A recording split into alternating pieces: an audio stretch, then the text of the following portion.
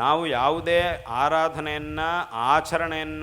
ಆಚರಣೆಯನ್ನಾದರೂ ಮಾಡಿದಾಗ ಅದು ಶಾಸ್ತ್ರಸಮ್ಮತವಾಗಿರಬೇಕು. ಶಾಸ್ತ್ರೀಯವಾಗಿರತಕ್ಕಂತಹ ಆಚಾರವನ್ನು ನಾವು ಮಾಡಬೇಕು. ಶಾಸ್ತ್ರೀಯವಾದಂತಹ ಆರಾಧನೆಯನ್ನು, ಶಾಸ್ತ್ರೀಯವಾದಂತಹ ಆಚರಣೆಗಳನ್ನು ನಾವು ಮಾಡಬೇಕು. ಇವತ್ತಿನ ಕಾಲದಲ್ಲಿ ಯಾವುದೇ ಶಾಸ್ತ್ರ ಏನಿಲ್ಲ, ಸುಮ್ಮನೆ ಕೆಲವರೆಲ್ಲ ಅವ್ರು ಇಷ್ಟ ಬಂದಾಗ ಏನೇನೋ ಹೇಳ್ತಾ ಇರ್ತಾರೆ, ಅದೆಲ್ಲ ನಡೀತಾ ಇರ್ತಾರೆ. ಜನರಿಗೆ ಗೊತ್ತಾಗೋದಿಲ್ಲ ಪಾಪ. ಅವರು ಈ ಹೆಸರಿನಲ್ಲೇ ಹೇಳ್ತಾರೆ. ಹೇಳೋ ಹೊತ್ತಿಗೆ ಇದು ಸಹ ಈ ಹೆಸರನ್ನು, ನಮ್ಮ ಶಾಸ್ತ್ರದ ಈ ಧರ್ಮದ ಹೆಸರನ್ನೇ ಇಟ್ಬಿಟ್ಟು ಏನೇನೋ ಒಂದಿಷ್ಟು ಹೇಳ್ತಾ ಇರ್ತಾರೆ ಜನರಿಗೆ ಅದು ಗೊತ್ತಾಗೋದಿಲ್ಲ, ಅದೇ ಸರಿಯೇನೋ ಅಂತ ತಿಳ್ಕೊಂಡು ಮಾಡ್ತಾ ಇರ್ತಾರೆ. ಹಾಗೆ ಇವತ್ತಿನ ಕಾಲದಲ್ಲಿ ಆ ರೀತಿಯಾದಂಥ ಪರಿಸ್ಥಿತಿ ಅನೇಕ ಕಡೆಗಳಲ್ಲಿದೆ. ಅಶಾಸ್ತ್ರೀಯವಾದಂತಹ ಆಚರಣೆಗಳು ಇತ್ಯಾದಿಗಳೆಲ್ಲ ಬಂದುಬಿಟ್ಟಿದೆ. ಆದರೆ ಜನರು ಸಾವಧಾನವಾಗಿದ್ದು ನಾವು ಮಾಡುತ್ತಿರುವಂತಹ ಆಚರಣೆ ಸರಿಯಾಗಿದೆಯಾ ಇಲ್ವಾ ಅನ್ನೋದನ್ನು ತಿಳ್ಕೊಳ್ಬೇಕು. ಅಲ್ಲ, ನಮಗೆ ಹೆಂಗೆ ಗೊತ್ತಾಗುತ್ತೆ ಅಂತಂದರೆ ಗೊತ್ತಿರುವವರನ್ನು ಕೇಳಬೇಕು. ನಾವು ತಿಳ್ಕೊಳ್ಬೇಕು, ಇಲ್ಲ ಗೊತ್ತಿರುವವರನ್ನು ಕೇಳಬೇಕು. ಅವರ ಮೂಲಕ ಇದು ಸರಿಯಾಗಿದೆಯಾ ಇಲ್ವಾ ಅಥವಾ ಏನು ಮಾಡಬೇಕು ಅನ್ನೋದನ್ನು ತಿಳ್ಕೊಂಡು ಆ ಆಚರಣೆಗಳನ್ನು ನಾವು ಮಾಡಬೇಕು. ಅಂದರೆ ಇಲ್ಲಿ ನಾವು ತಿಳ್ಕೊಳ್ಬೇಕಂಥದ್ದೇನು ಅಂತ ಕೇಳಿದರೆ, ನಾವು ಈ ಲೋಕದಲ್ಲಿ ಈ ನಿಜವಾದಂತಹ ಆಸ್ತಿಕ್ಯ ಒಂದಿದೆ, ಆದರೆ ಆಸ್ತಿಕ್ಯದ ಹೆಸರಿಟ್ಟುಕೊಂಡಿರುವಂಥದ್ದು ಇದೆ. ಆದರೆ ನಾವು ಮಾಡಬೇಕಂದು ನಿಜವಾದಂತಹ ಆಸ್ತಿಕ್ಯ ಯಾವುದೋ ಅದನ್ನು ನಾವು ಮಾಡಬೇಕು. ಆಸ್ತಿಕ್ಯದ ಹೆಸರಿಟ್ಟುಬಿಟ್ರೆ ಎಲ್ಲವೂ ಆಸ್ತಿಕ್ಯ ಅಂತ ಆಗುವುದಿಲ್ಲ.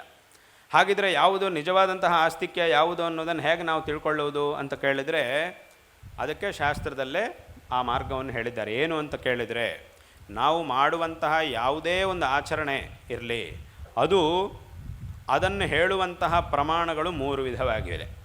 ಈ 3 ಪ್ರಮಾಣಗಳಿಂದ ಸಿದ್ಧವಾದಾಗ ಮಾತ್ರವೇ ಅದನ್ನು ನಾವು ಪ್ರಾಮಾಣಿಕವಾಗಿ ತೆಗೆದುಕೊಳ್ಳಬೇಕು. ಇಲ್ಲ ಅಂತಂದರೆ ಈ 3 ಪ್ರಮಾಣಗಳು ಅದಕ್ಕಿಲ್ಲ, ಯಾವ ಆಚರಣೆಗೆ ಇರುವುದಿಲ್ವೋ ಅದನ್ನು ನಾವು ಮಾಡಬಾರ್ದು. ಏನಾ 3 ಪ್ರಮಾಣಗಳು ಅಂತಂದರೆ, ಮೊದಲನೆಯದು ವೇದಗಳು. ಯಾವುದೇ ಒಂದು ಆಚರಣೆ ಇದ್ದರೂ ಅದಕ್ಕೆ ವೇದಗಳು ಪ್ರಮಾಣವಾಗಿ ಇರಬೇಕು. ವೇದಗಳಿಂದ ಯಾವುದು ಬಂದಿದೆಯೋ ಅದನ್ನು ನಾವು ಆಚರಣೆ ಮಾಡಬೇಕು. ಮತ್ತು ಇದು ಮೊದಲನೇದು.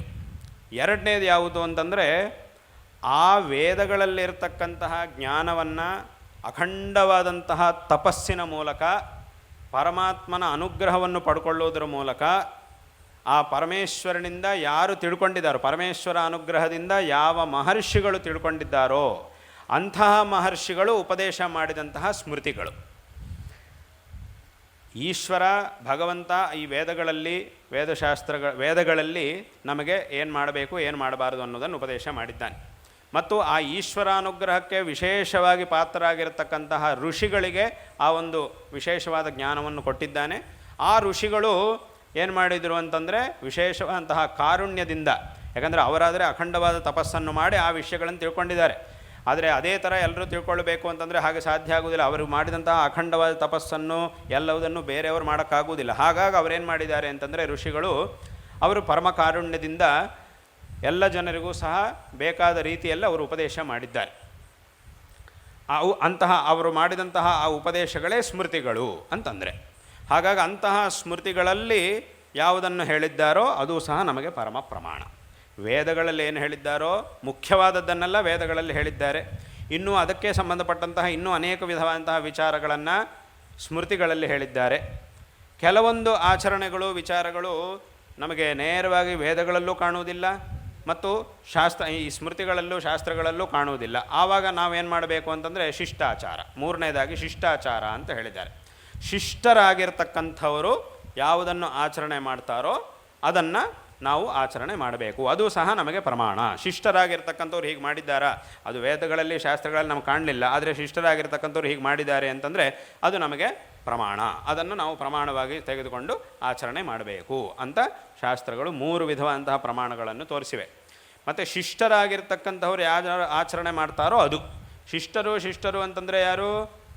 ಇವತ್ತಿನ ಕಾಲ ಶಿಷ್ಟರು ಏನು ಆಚರಣೆ ಮಾಡ್ತಾರೋ ಅದನ್ನು ನಾವು ಮಾಡಬೇಕು ಅಂತ ಹೇಳ್ತಿದ್ದೀವಿ. ಶಿಷ್ಟರು ಅಂತಂದರೆ ಯಾರು? ಯಾವುದೋ ರಾಜಕಾರಣಿಗಳು ಅವರು ಶಿಷ್ಟರು ಅಂತಂದರೆ, ನಾವು ನೋಡುವಂಥ ರಾಜಕಾರಣಿಗಳು ಅವರು ಶಿಷ್ಟರಲ್ಲ. ನಾವು ನೋಡುವಂಥ ಮಂತ್ರಿಗಳು, ಮಂತ್ರಿಗಳು, MLA ಅವರೆಲ್ಲ ಶಿಷ್ಟರಲ್ಲ. ಅಥವಾ ಯಾರು ಸಿನಿಮಾಗಳಲ್ಲೆಲ್ಲ ಆ್ಯಕ್ಟಿಂಗ್ ಮಾಡಿ ಬಹಳ ಪ್ರಸಿದ್ಧರಾಗಿರ್ತಾರೋ, ದಿವಸ TV ಆನ್ ಮಾಡಿದರೆ ಟಿವಿಯಲ್ಲಿ ಅವರೇ ಕಾಣಿಸ್ಕೊಳ್ತಾ ಇರ್ತಾರೋ ಅವರೆಲ್ಲ ಶಿಷ್ಟರ. ಅವ್ರು ಹೇಳ್ತಿರ್ತಾರೆ, ನೀವು ಅದು ಮಾಡಿ ಇದು ಮಾಡಿ, ಇದನ್ನು ಖರೀದಿ ಮಾಡಿ ಅದನ್ನು ಖರೀದಿ ಮಾಡಿ ಅಂತ ಹೇಳ್ತಾರೆ. ನಿಮ್ಮ ಮನೆಯಲ್ಲಿ ಅಡುಗೆಗೆ ಏನು ಮಾಡಬೇಕು ಅವರು ಹೇಳ್ತಾರೆ.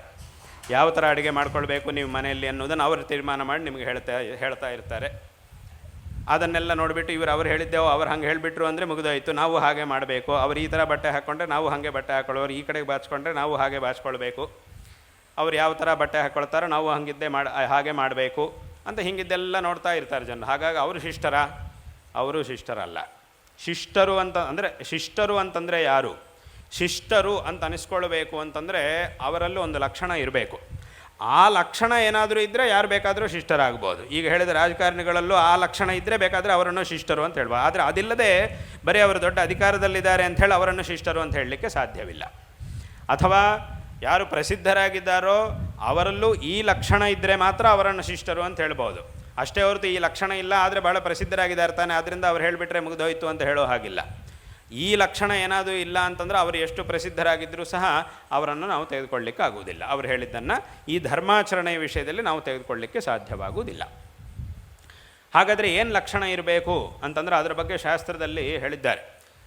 ಅವರು ಈ ಪರಂಪರೆಯಾದಂತಹ ವೈದಿಕ ಮಾರ್ಗ ಏನಿದೆಯೋ ಈ ವೈದಿಕ ಮಾರ್ಗದಲ್ಲಿ ಅಪಾರವಾದಂತಹ ಪ್ರಾಮಾಣ್ಯ ಬುದ್ಧಿ ಉಳ್ಳವರಾಗಿ, ವಿಶ್ವಾಸವುಳ್ಳವರಾಗಿ ಇದನ್ನು ಆಚರಣೆ ಮಾಡುವಂಥವರಾಗಿರಬೇಕು. ಇದನ್ನು ಹೇಗೆ ವೇದಶಾಸ್ತ್ರಗಳು ಹೇಳ್ತಾ ಇವೆಯೋ ಅದನ್ನು ಹಾಗೇ ಆಚರಣೆ ಮಾಡತಕ್ಕಂಥವ್ರಾಗಬೇಕು. ಅಂಥವರನ್ನು ಶಿಷ್ಟರು ಅಂತ ಹೇಳ್ತಾರೆ.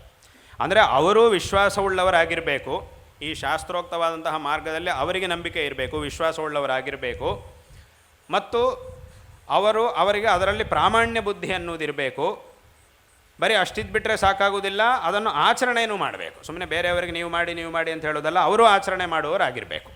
ಅವರು ಆಚರಣೆ ಮಾಡಬೇಕು. ಹಾಗಂತ ಹೇಳಿ ಆಚರಣೆ ಮಾಡುವ ಹೊತ್ತಿಗೆ ಸರಿ ಅವರೇನೋ ಹೇಳ್ತಿದ್ದಾರೆ ಹಾಗಾಗಿ ಮಾಡ್ತೀನಿ, ಇವರು ಹೇಳಿದ್ದಕ್ಕೆ ಮಾಡ್ತೀನಿ ಅಂತ ಹಾಗೆ ಮಾಡಬಾರ್ದು. ಆ ವಿಶ್ವಾಸ ನಿಮ್ಮಲ್ಲೇ ಇರಬೇಕು. ಅವರು ಹೇಳಿದ್ದಕ್ಕೋ ಇವರು ಹೇಳಿದ್ದಕ್ಕೋ ಮಾಡುವುದಲ್ಲ. ಅವರು ಹೇಳಿದರೂ ಸಹ ಆ ವಿಶ್ವಾಸ ನಿಮ್ಮೊಳಗೇ ಇರಬೇಕು. ಇದ್ದು ಆವಾಗ ಅದನ್ನು ಆಚರಣೆ ಯಾರು ಮಾಡ್ತಾರೋ ಶ್ರದ್ಧೆಯಾಗಿ ಅವರನ್ನು ಶಿಷ್ಟರು ಎಂಬುದಾಗಿ ಹೇಳ್ತಾರೆ. ಈ ಲಕ್ಷಣ ಏನಾದರೂ ಇದ್ದರೆ ಯಾರು ಬೇಕಾದರೂ ಶಿಷ್ಟರು ಅಂತ ಅನಿಸ್ಕೊಳ್ಬೋದು ಲೋಕದಲ್ಲಿ. ಆದ್ದರಿಂದ ಇಂತಹ ಲಕ್ಷಣ ಯಾರಲ್ಲಿರುತ್ತೋ ಅವರು ಯಾವುದನ್ನು ಆಚರಣೆ ಮಾಡ್ತಾರೋ ಅದನ್ನು ಪ್ರಮಾಣವಾಗಿ ನಾವು ತೆಗೆದುಕೊಳ್ಳಬೇಕು. ಆದ್ದರಿಂದ ಆ ಧರ್ಮ ಅನ್ನೋದೇನು ಅನ್ನೋದನ್ನು ನಮಗೆ ತಿಳಿಸ್ತಕ್ಕಂತಹ ಪ್ರಮಾಣಗಳು ಅಂತಂದರೆ ವೇದಗಳು ಮತ್ತು ಆ ವೇದಗಳನ್ನು ಅನುಸರಿಸಿ ಬಂದಿರತಕ್ಕಂತಹ ಶಾಸ್ತ್ರಗಳು ಅಂದರೆ ಸ್ಮೃತಿಗಳು, ಮತ್ತು ಈ ವೇದ ಮತ್ತು ಆ ಶಾಸ್ತ್ರ ಎರಡರಲ್ಲೂ ಪ್ರಾಮಾಣಿಕ ಬುದ್ಧಿ ಉಳ್ಳವರಾಗಿ ಅಂದರೆ ಪ್ರಾಮಾಣ್ಯ ಬುದ್ಧಿ ಉಳ್ಳವರಾಗಿ ಅಲ್ಲಿ ಹೇಳಲ್ಪಟ್ಟಂತಹ ವಿಚಾರಗಳನ್ನು ಆಚರಣೆ ಮಾಡತಕ್ಕಂತಹ ಶಿಷ್ಟರು ಮಾಡುವ ಆಚರಣೆಗಳು. ಈ ಮೂರರ ಮೂಲಕ ನಾವು ಯಾವುದಾದ್ರೂ ಆಚರಣೆ ಮಾಡಬೇಕು. ಅಲ್ಲಿ ನಾವು ಮಾಡುವಂತಹ ಆಚರಣೆ ವೇದಗಳಲ್ಲಿ ಹೇಳಲ್ಪಟ್ಟಿದ್ದಾಗಿರಬೇಕು, ಇಲ್ಲ ಶಾಸ್ತ್ರಗಳಲ್ಲಿ ಹೇಳಲ್ಪಟ್ಟಿದ್ದಾಗಿರಬೇಕು, ಇಲ್ಲ ಶಿಷ್ಟರು ಆಚರಣೆ ಮಾಡ್ತಿರುವಂಥದ್ದಾಗಿರಬೇಕು. ಈ ಮೂರರಲ್ಲೂ ಅದಕ್ಕೆ ಏನು ಪ್ರಮಾಣ ಇಲ್ಲ ಅಂತಂದರೆ ಹಾಗಾದರೆ ನಾವು ಅದನ್ನು ಮಾಡುವ ಹಾಗಿಲ್ಲ.